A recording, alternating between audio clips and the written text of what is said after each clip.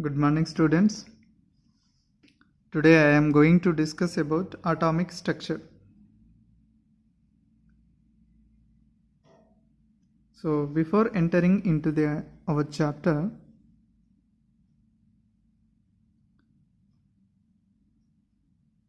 to understand the atomic structure, first of all, we need to understand what is the atom. What is the atom?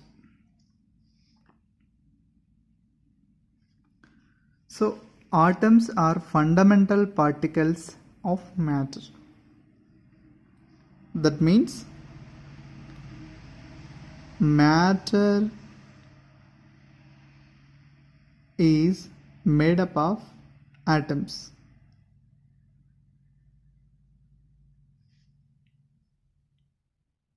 Matter is made up of atoms. Atoms are the fundamental or smallest particles in the universe. That's why we cannot see our naked eye. We cannot see our naked eye. Atoms we cannot see our naked eye because atoms are smallest particles. And all matter is in the universe made up of atoms. And you remember that one thing, the whole universe consists of two things which are radiation and matter.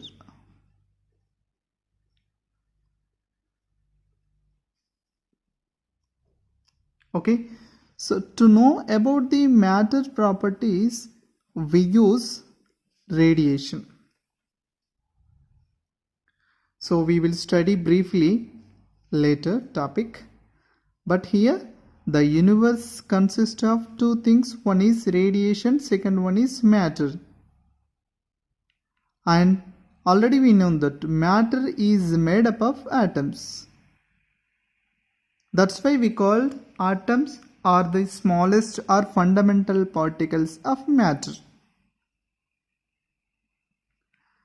And atom is derived from Greek word. Atom is derived from Greek word that is atomio.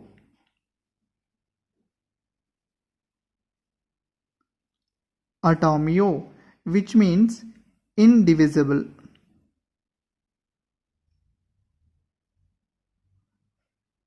Which means indivisible or non-cuttable. Indian and Greek philosophers who were believed that atoms are fundamental particles or smallest particles of matter.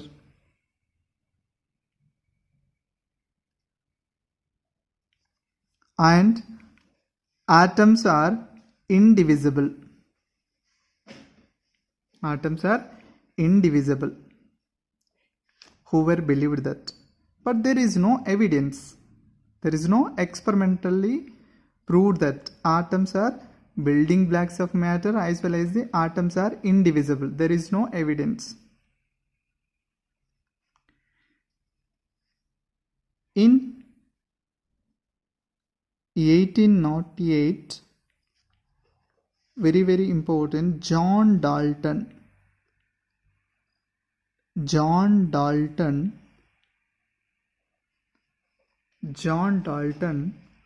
proved that experimentally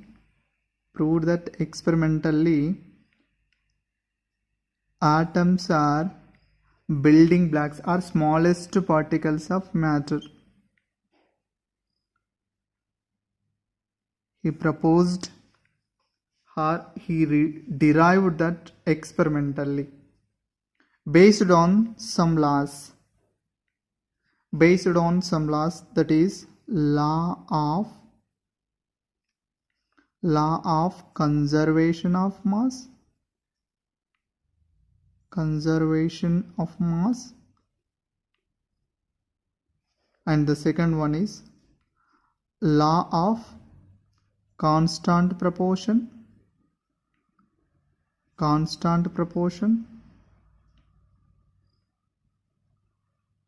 and the third one is law of multiple proportions.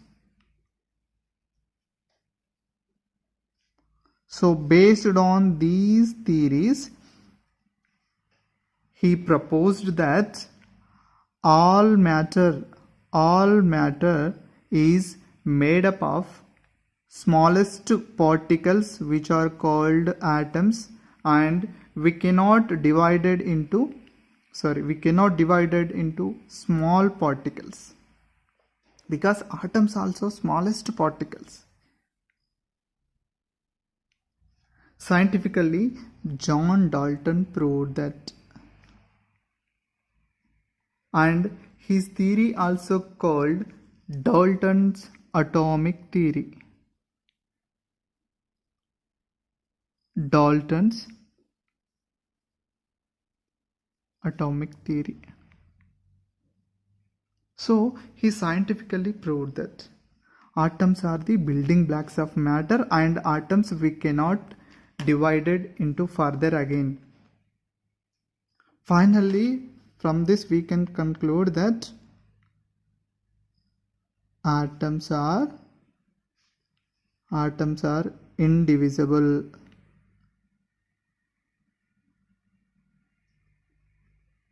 Atoms are indivisible. But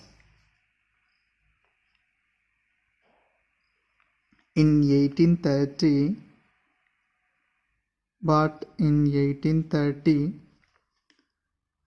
Michael Faraday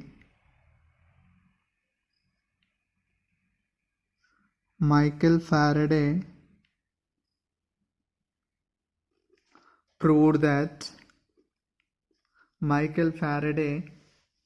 that by the electrolysis of substances, atoms are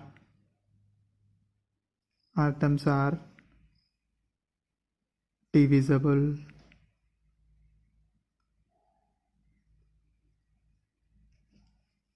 Okay, so John Dalton, what happened? John Dalton proved that scientifically atoms are indivisible. This is, atoms are indivisible. But Michael Faraday in 1830, by the using of electrolysis experiment, he proved that atoms are divisible into subatomic particles, which are already we know that electrons, protons, and neutrons. So these are called subatomic particles.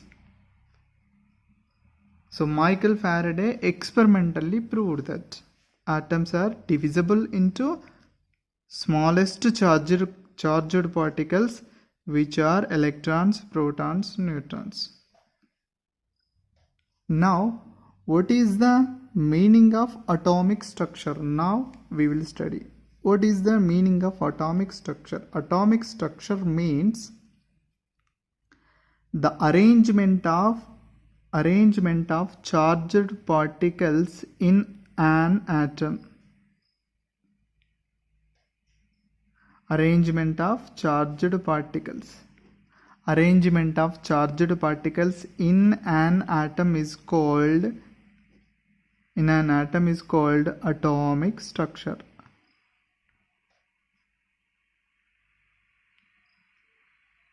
So this is the general meaning of atomic structure. So now atoms are divisible into electrons, protons, neutrons. Now discovery of electron. So this is the diagram for the discovery of electrons. This is the diagram. In 1879, William Crookes carried out conduction of electricity through the gases in cathode ray discharge tube at low pressure.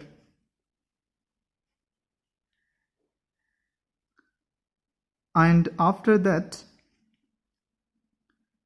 J.J. Thomson also observed that when a gas is subjected to high voltage and low pressure,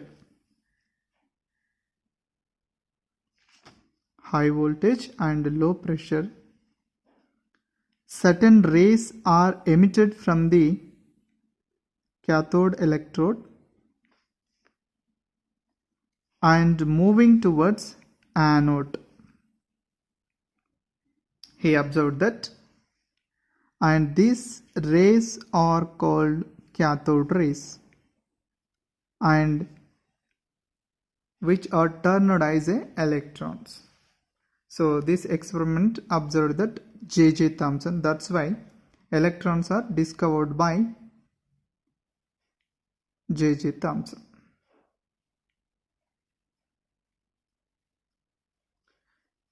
What is the arrangement of cathode ray discharge tube? In cathode ray discharge tube, two electrodes are there. So one is cathode having a negative charge. One is anode having a positive charge. Is very, very important. Anode having a positive charge, cathode having a negative charge, and these rays are produced from cathode and travels toward anode. So this was observed by J.J. Thomson. At which point, high voltage and low pressure, only at this stage these certain rays are travel, remaining they did not travel. So that's why we mentioned that particular points at a high voltage and low pressure. And gas also very, very important, because these rays are traveled in some medium, that is a gas medium here. And further again confirmed that these rays another discharge tube, that is also cathode discharge tube. It is another cathode discharge tube, but here what is the difference? Here we used the perforated anode. We use perforated anode. Perforated means some holes in anode. In this situation also, electrons travel through the perforated anode and strike the wall of the cathode discharge tube. And this wall is coated by fluorescent or phosphorescent material. Okay.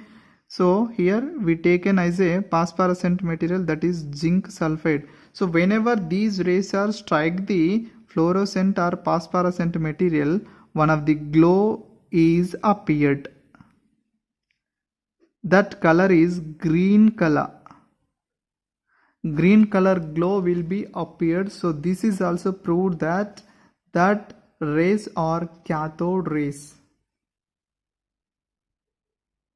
So this is another way to prove the certain rays are cathode rays. So from this we observed that certain rays are hit the fluorescent material, they glow. This is one of the property of cathode rays. Okay, so this is the information about discovery of electron. So summarize. Okay, so first in 1879, William Crookes started the conduction of electricity through the gases in cathode ray discharge tube at lower pressure. First William Crookes conducted. And further again, J.J. Thomson observed that when a gas is subjected to high voltage and low pressure, certain rays are produced from cathode and travel towards the anode. Okay, so this is the information about discovery of electrons. Next, properties. From this we have taken some properties. So first property, what is that first property?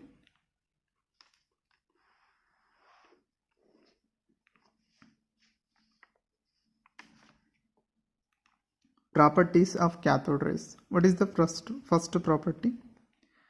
Cathode rays are started or produced from cathode electrode and travels toward the anode electrode. So that's why they are started from cathode and moving towards the anode. It is a first property. And next one is, when cathode rays are strike the fluorescent material, they glow. Means they glow whenever they strike the fluorescent materials. Cathode rays are glow whenever they strike the fluorescent material. And the third one is, in the absence of electrical field,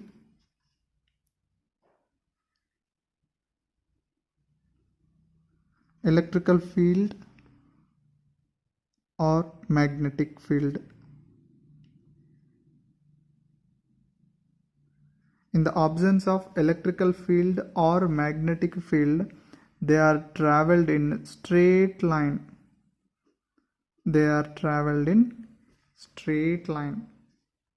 This is the third point. And the fourth point, in the presence of electrical field,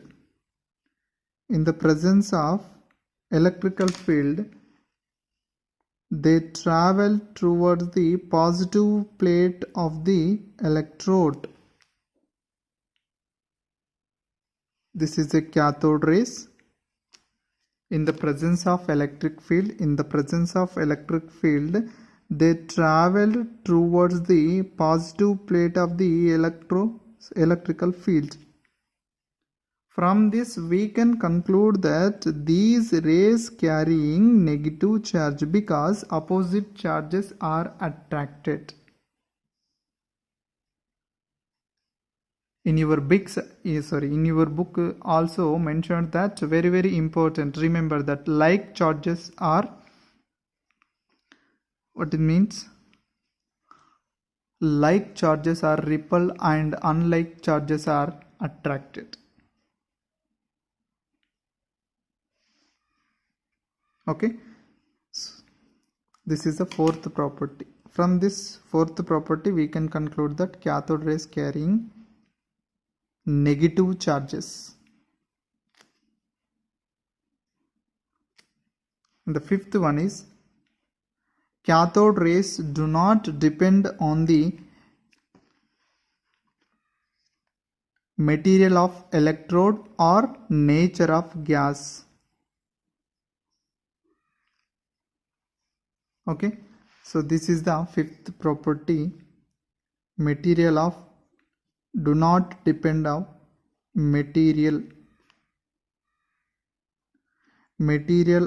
electrode and nature of gas.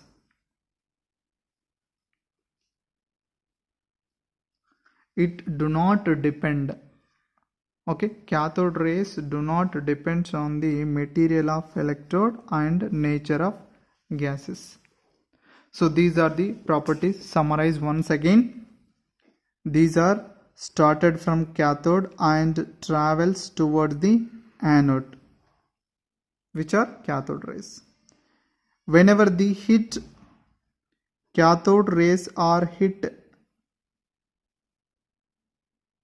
to fluorescent material, what happened? They are glow.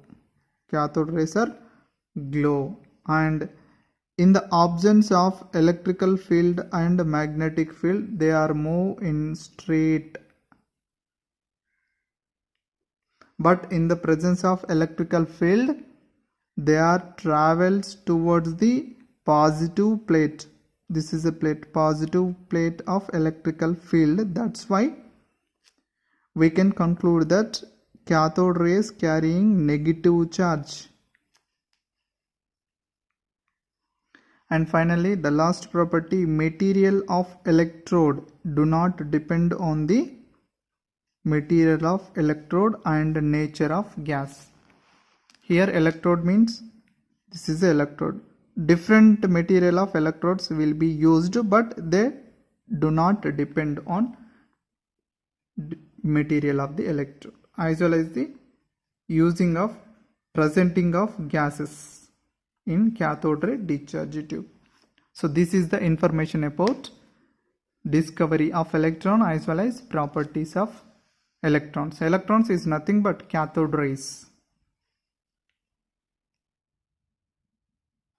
Next, charge to mass ratio of electrons. In 1897, J.J. Thomson measured the ratio of electrical charge to the mass of electron by using cathode discharge tube. The value is found that is E by M value. How much? 1.7588 into 10 to the power of 11 coulombs per kg.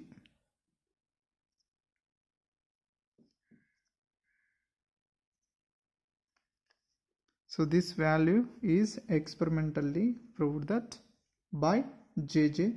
Thomson by using cathode ray discharge tube experiment.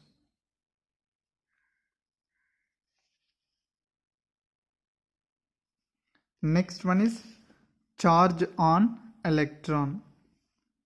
R.A. Millikan determined the charge on the electrons by using oil drop experiment.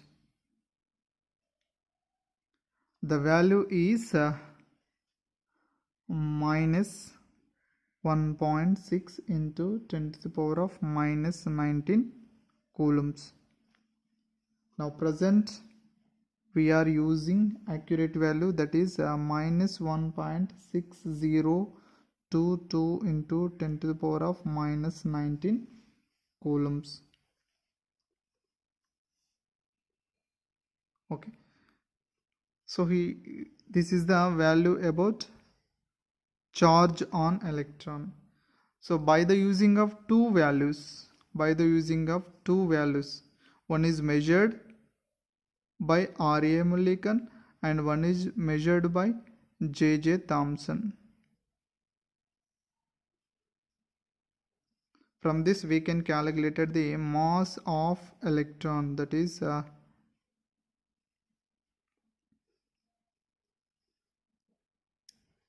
so E by M is nothing but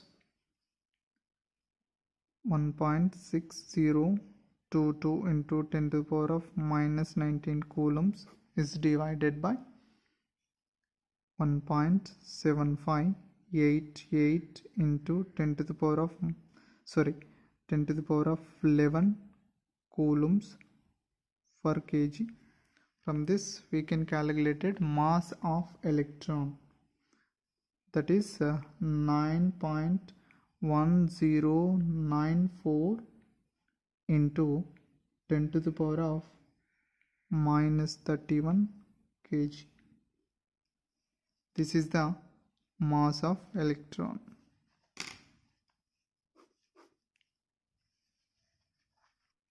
The next one is discovery of protons.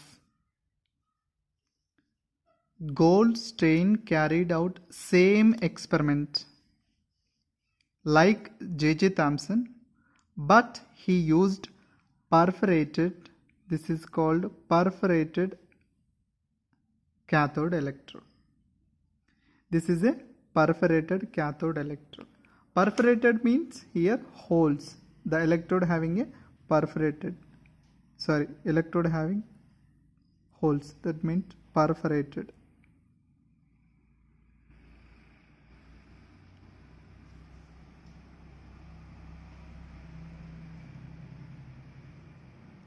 And he observed that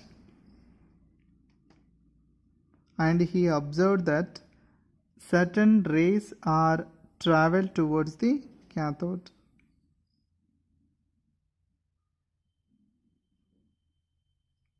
Certain rays are travels towards the cathode.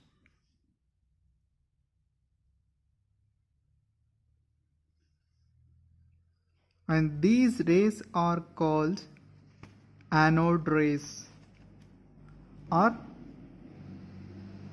canal rays. These rays are called anode rays or canal rays. It's nothing but these rays having positive charge. Positive charge is nothing but we can call it as a protons. Okay, so this experiment was done by Goldstein. So that's why discovery of protons by Goldstein. And in this very important, the charged particles are traveled from anode to cathode. Anode to cathode, but not produced from anode. Anode rays are not produced from anode electrode but produced in between cathode and anode electrode. In cathode and anode, hydrogen gas is used, and whenever these cathode rays are bombarded to hydrogen gas, what happened here? For example, hydrogen gas is discharged into hydrogen atoms, and this hydrogen atoms is bombarded with cathode rays. What happened? Cathode rays is nothing but electron. Okay, so this is an atom. So these electrons are ejected. Okay, so these electrons are ejected, and the one electron is ejected is nothing but positive charge is remaining. So that's why what happened here, H plus ions are remaining. So this is nothing but positive charge. So positive charge travels from anode to cathode, and cathode rays are traveled from cathode to anode.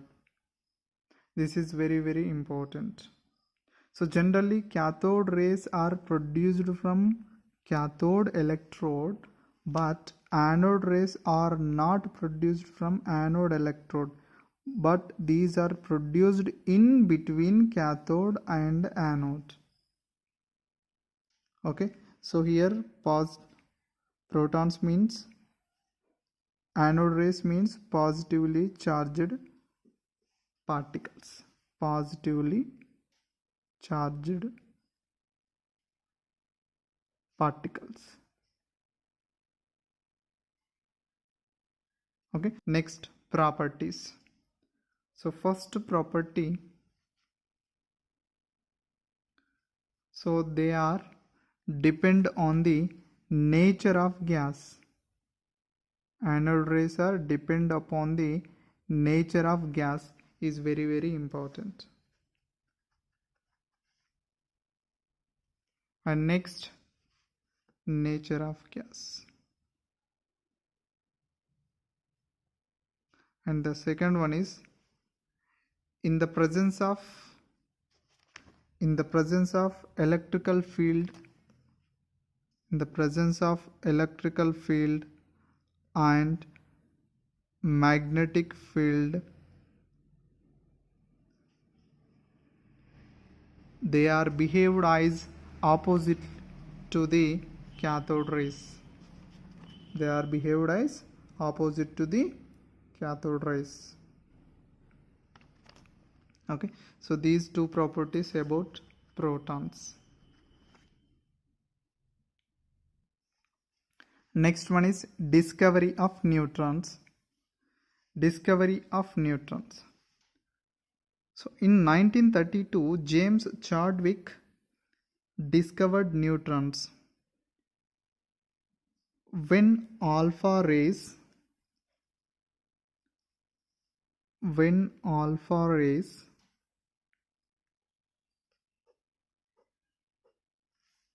are bombarded with beryllium